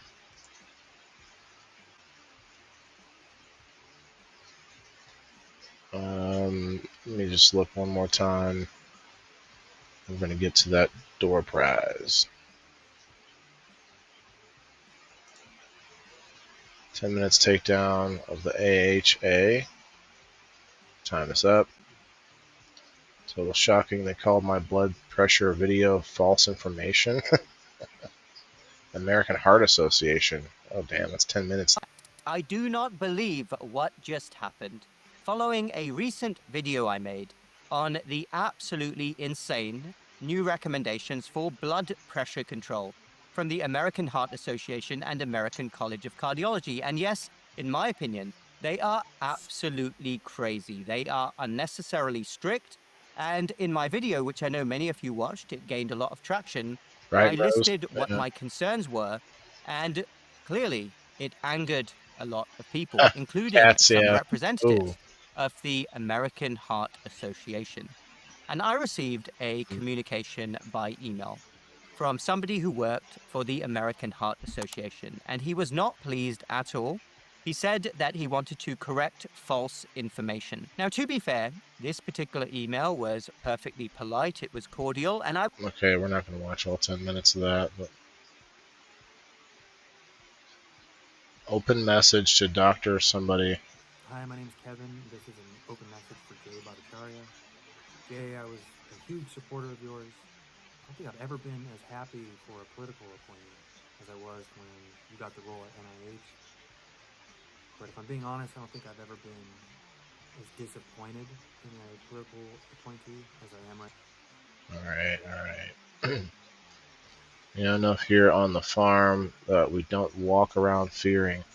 You go to the average farm conference, and 90% of all the conference sessions are about something to be fearful of. I've been to a farm conference. So I think the operative term right now in America is, I just want to disentangle. People feel like they're completely tangled up, if you will, in a system Disentangle. that they can't control. Disentangle, huh? Kind of like Just playing a huge, Twister. tiredness, I think. Just tired of being told everything you got to do. It's across every facet of society: education, entertainment, health, food, everything. In our farming, we assume that the farm is a self-healing unit, and that's a great kind of idea within the alternative health community, that you listen to your body. So we look at the farm, we listen to the farm, and we look at nature as pattern, nature as template. We know enough here on the farm about what makes a healthy cow, a healthy pig, a healthy chicken, a nutritionally superior egg. We know enough about that we don't walk around fearing bird flu. You go to the average farm conference, 90% of all of the conference sessions are about something to be fearful of. And it never even crosses our mind. I mean, we have hundreds of thousands of animals, and we don't even have a vet bill. We assume that nature's patterns and This is enough, nature's sir. systems are capable of handling whatever there is. Okay. All right. That's enough for today. Let's get the door prize going, guys. Who's awake out there? Who's still here? Who loves me? Who's here in the chat? Hit the hashtag WTIF or hashtag WGW, or hashtag the ladies of WTIF, hashtag Mr. Sprout. Anything you want. We're gonna put you on this wheel here. Kyle, you still here? Said hashtag WTIF a while ago. Let's see if you're still in the house. This right now is to see who is here at the end of the show. Not that you have to be, but that's how the door prize works. Gotta be here anyway to win, so I'm not trying to spin this wheel a bunch of times for people that just popped in earlier to say hi.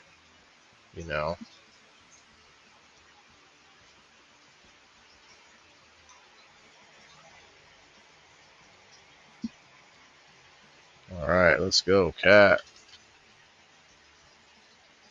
Diane. Rose.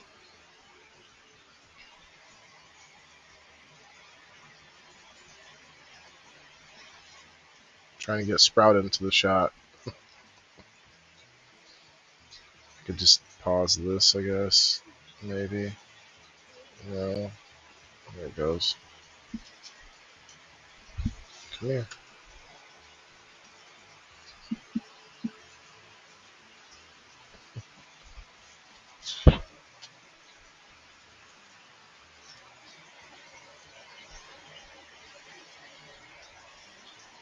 Chris.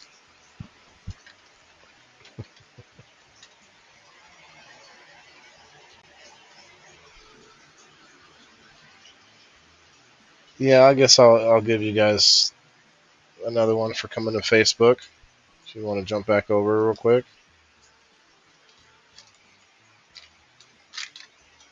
Just to get that algorithm waking up.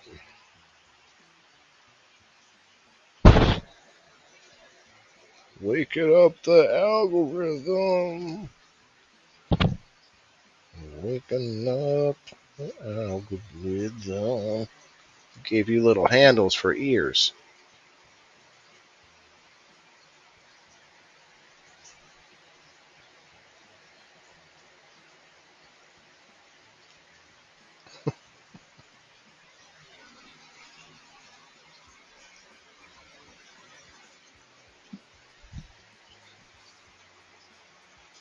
Elisa, are you still here?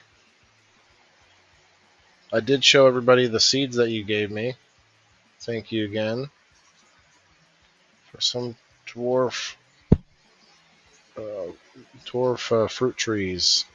That would be really cool if I could get those growing in the old indoor farm.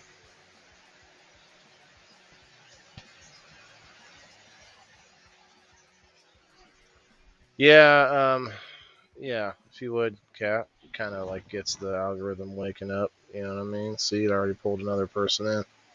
There's Diane. Okay, it's fun, just for fun. The winner can choose if they would like to get more spots in on the I don't know. It's been hard to, like, no one's really telling me that, so I guess maybe it's not a big deal. But if you want a spot on the Level Up Mycology giveaway, which we could pull up real quick. No. Let's see here. This one here. If you want a spot there instead of a indoor farmer coupon, then you can do that. Who else we got over here? Chris. Oh, hi, Mom.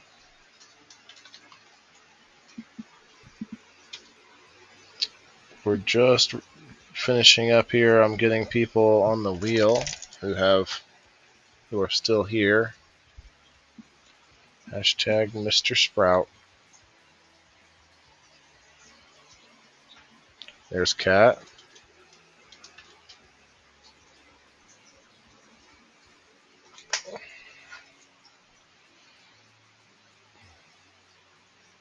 I feel like Mr. Sprout sounds more dignified, you know? When I say just Sprout, he's probably in trouble. Hey, thanks for the tags. I might still have stuff to make. Agar? Agar? What's agar? That's your mushroom stuff. Oh yeah, you're really wanting that, aren't you, Chris? Manifesting it. You got 2 spots on this wheel.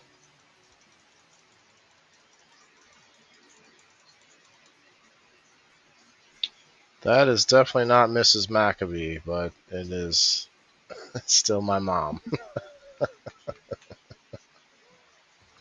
Hasn't been that in many years.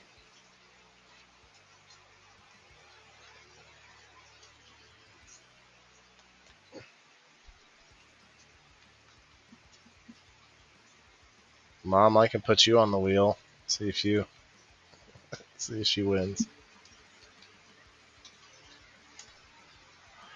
Or I'll just say Mom.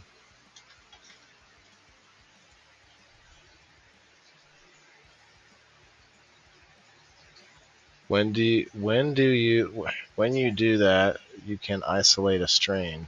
Okay. Petri dish, the gel stuff. Okay, yeah, you're going full on.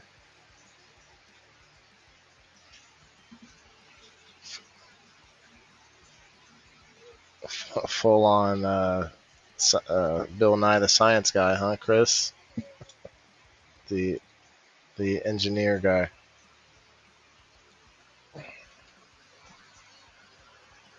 His claws are kind of long, but they aren't sharp.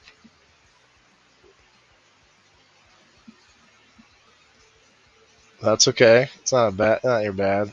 It's all good, right, Diane? It's a couple more letters, but it just feels right on the tongue. All right, I think I got everybody that was jumping back and forth.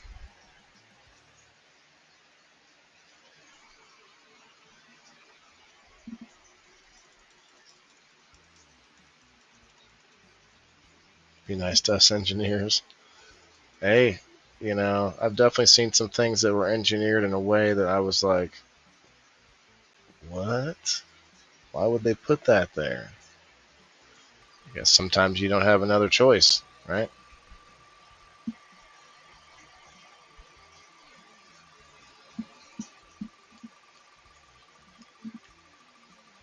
The tongue attack. That thing is like 3 inches long. Holy tongue. Where does it all come from? This thing is, he's tongue from nose to butt. I swear. Thank you. Good boy. Good. That's a good puppy. Can you shake? Shake? No. No. No. Shake. Good boy. We're going to teach him. We're going to teach him live on the air. We're going to teach him how to shake. Shake?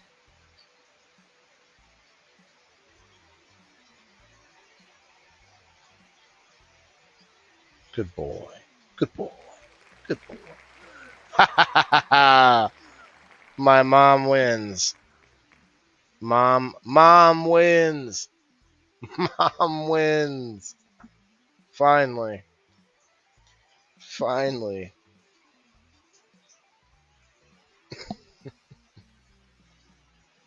Mom, are you here?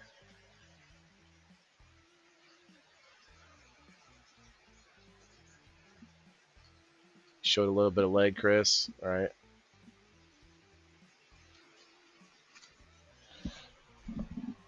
You gotta be here. You gotta say you're still here, Mom.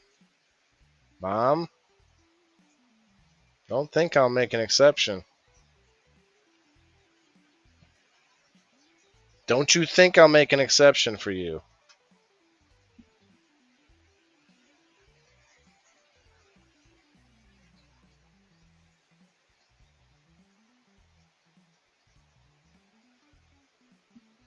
Ah, there she is. Well, definitely won in a hard time. That was free. I gave you the hard time for free. But what you won was an all expenses paid trip to the Indoor Farmer game night on Sunday. You got an Indoor Farmer game night ticket where you can win prizes on Sunday. Mom wins. I think you have a locals account, but probably haven't been on it in a little while.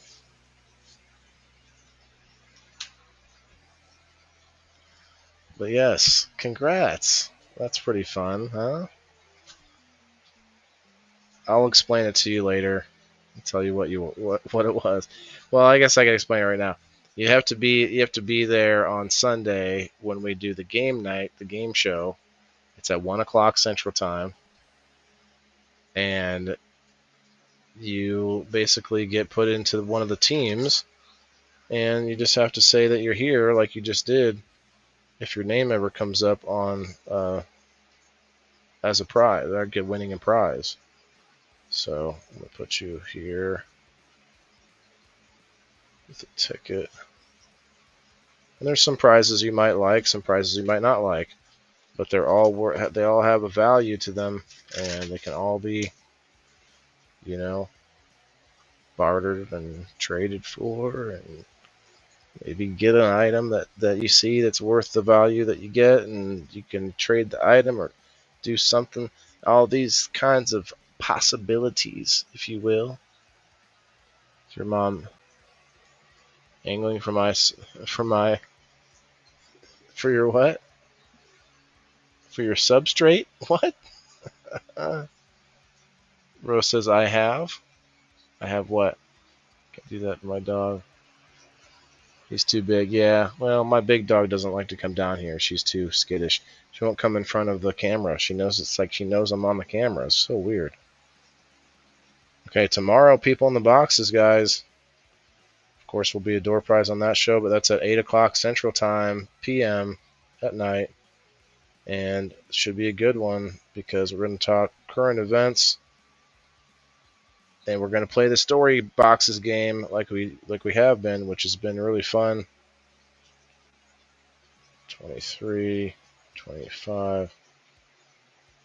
The story boxes game is probably my new favorite. It's a lot of fun. Okay. I think that's all she wrote, if you will.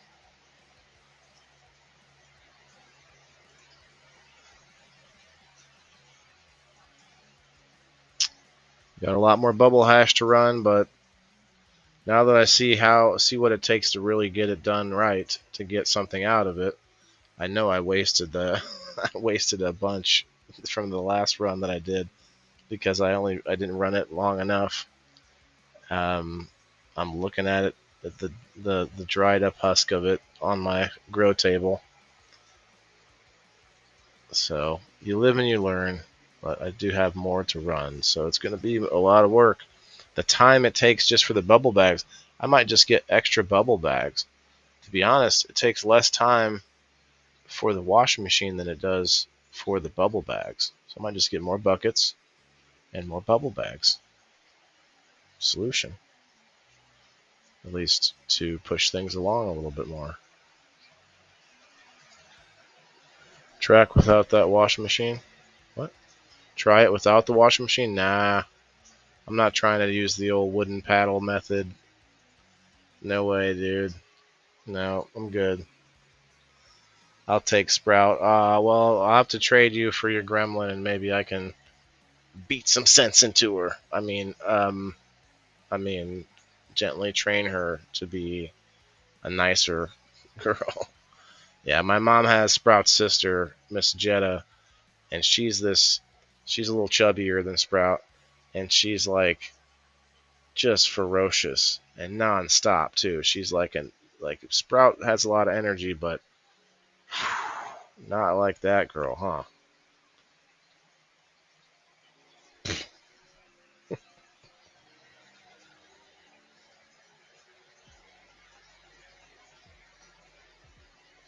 Oh, big yawn. I try not to let him touch me. Oh.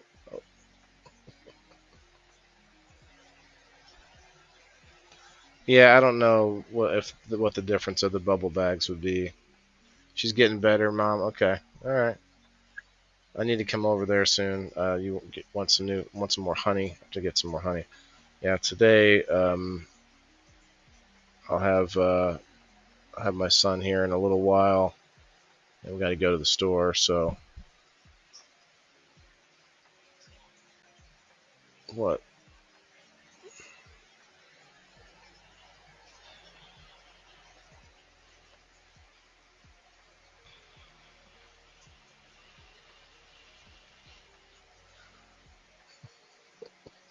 All right, let's get out of here. You guys have a good day. I'll probably head over to Locals for a little while. I think we got some Kill Tony to watch for fun. A little after sesh, if you will. We'll be over there in just a few minutes. I can't wait to see you tomorrow night. People in the boxes, current events. Got a lot of stuff to talk about. Because like I've been holding a lot of stuff in because I'm going, oh, I want to save this for the game on once a month we do a current events game. So 4 weeks of like what's been going on, pent up. I do, she says. I do. Some CBD, yeah. Yeah, she does, and that's not enough. I need to get over there and walk her a little bit. But yes, thank you for hanging out. Hit the like button if you haven't done so yet, guys. We'll be over on Locals in just a minute or so. Not even a minute, actually, like 30 seconds.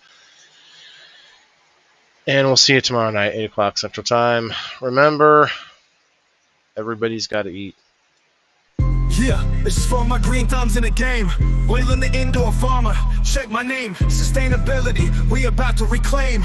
This is how we do it, keep it in the frame. I'm Waylon the farmer, the indoor king. Living off the grid, what the city can't bring. Got my hydro set up, my LED lights. Growing all my greens, all through the night. Self-sustain, that's the mission. Growing my own, I'm not missing.